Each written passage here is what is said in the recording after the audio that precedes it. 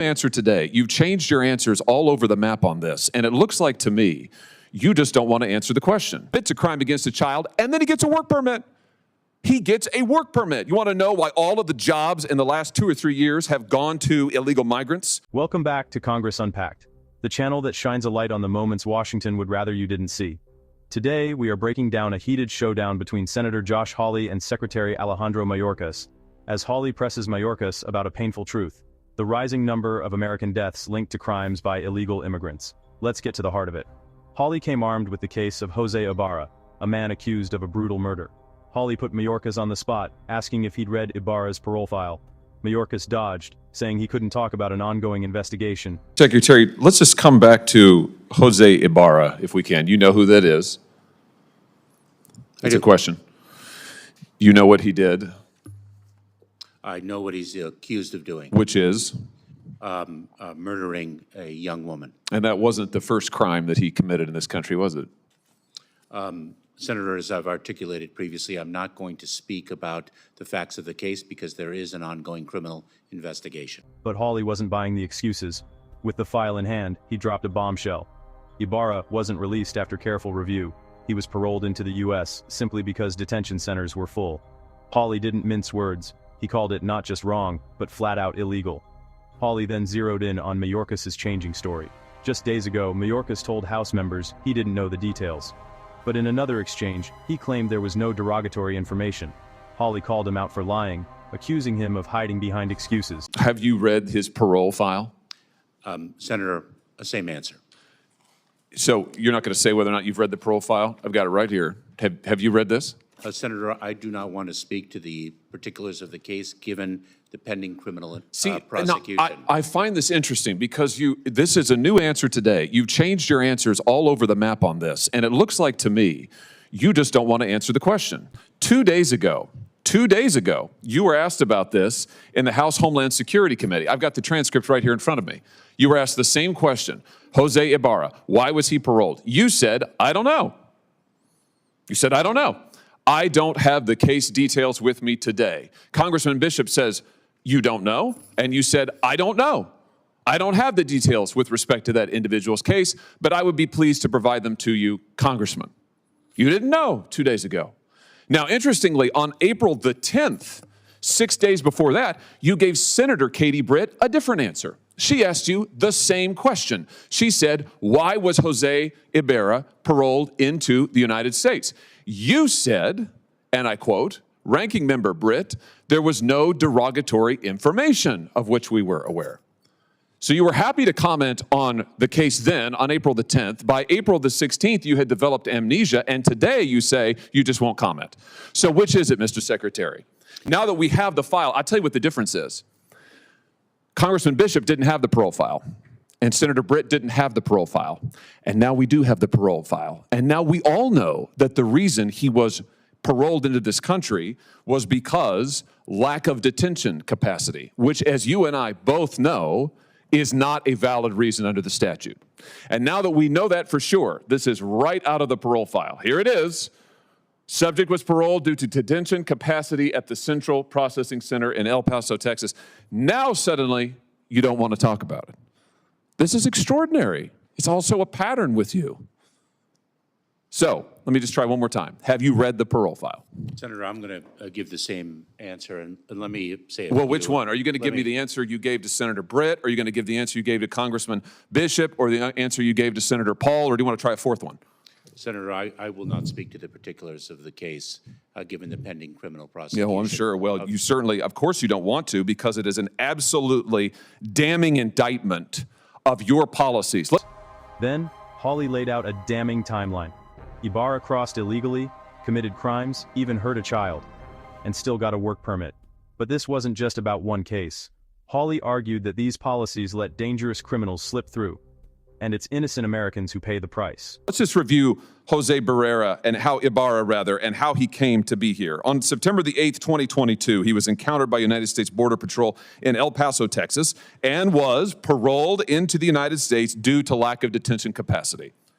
A provision, a proviso, a rule that is not permitted under the statute. You and I both know you know this. You knew it when you were talking to Congressman Bishop. You knew it when you were testifying to Senator Britt, and you know it today.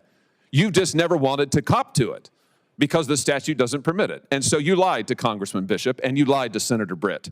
And now you are hiding behind the ongoing prosecution excuse because it's the last one left to you, because you testified falsely under oath. Then on July 19th, 2023, Ibarra reports for a biometric appointment and was fingerprinted. This is now in New York. The results come back and indicate he has a criminal history. So he's in this country, he has a criminal history. September 14th, he is arrested in New York by NYPD for what? Injuring a child. September 14th, 2023, he is arrested for injuring a child. What happens? The offense was never prosecuted and the arrest was expunged. I'm reading right out of the parole file. Expunged. Nothing is done to this guy. He had a criminal record to start with. He's in the country on illegal grounds. You have falsely and illegally allowed him in. He commits a crime against a child. He's not prosecuted. It's expunged. In November, get this, in November, Ibarra files an application for employment authorization. And unbelievably, on December the 9th, 2023, it's approved. So this is your policies in action, Mr. Secretary. A criminal is permitted into this country on grounds flatly not permitted, flatly contradictory to the statute. He commits a crime against a child, and then he gets a work permit. He gets a work permit. You want to know why all of the jobs in the last 2 or 3 years have gone to illegal migrants? Working people in this country can't get a job. Their unemployment rate's high. Why? Because of things like this. And then what's He brought up another tragedy, 12-year-old Travis Wolf, killed in Missouri when an illegal migrant released at the border caused a deadly crash. Hawley connected the dots from Missouri to New York, saying these aren't isolated incidents. They're the result of failed policies. By the end, Hawley went all in, blasting Mayorkas' leadership as a travesty, accusing him of lying to Congress, and flat out demanding his resignation. Well, we all know that in February, he commits the heinous crime against Laken Riley. Is this a record that you are proud of? Senator, you've misstated some facts. I have read from the parole file, which you have said you don't recall, don't have, you miscited. I'm reading from it. It is right here.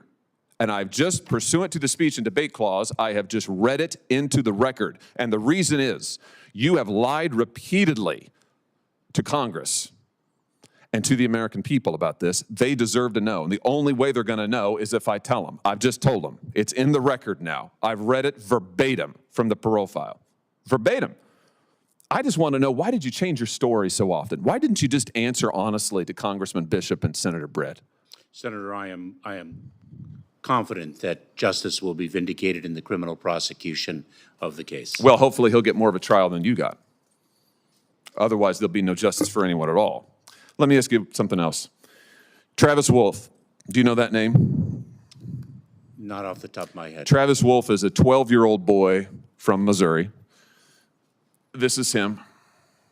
Travis was killed on December 20th, 2023, or I should say he was in a tragic attack on that night. He died some weeks later, head-on collision. The person driving the vehicle, who's now been charged with 6 criminal counts, is Indrina Bracco. Do you know who that is? I do not, but let me communicate that I know that all of our hearts break for the family of this young boy who died in that accident. Well, she's an illegal migrant here from Venezuela. Local law enforcement tell me that she was detained briefly at the border in 2023 and then released. And then she commits this crime. Multiple people have been stabbed in O'Fallon, Missouri by illegal migrants. Mr. Secretary, I know that you think your policies are a success. You've sat right there in that chair and you've told me over and over our policies are working. You're on the record years and years saying that. Maybe they're working for you. Maybe they're working for your political objectives, whatever they may be. I don't know. But they're not working for Laken Riley or Travis Wolf or the people of my state. They are, in fact, a travesty. What you have done is a travesty. And, sir, it is long past time for you to go. Thank you, Mr. Chairman. This wasn't just another heated exchange. It was a spotlight on the real-world stakes of immigration policy. From the murder of Laken Riley to the death of Travis Wolf, Hawley drove home his point. Americans are paying the price. This has been Congress Unpacked. Until next time, stay informed, stay engaged, and keep watching the halls of power. If you think accountability matters and stories like this need to be told, hit subscribe.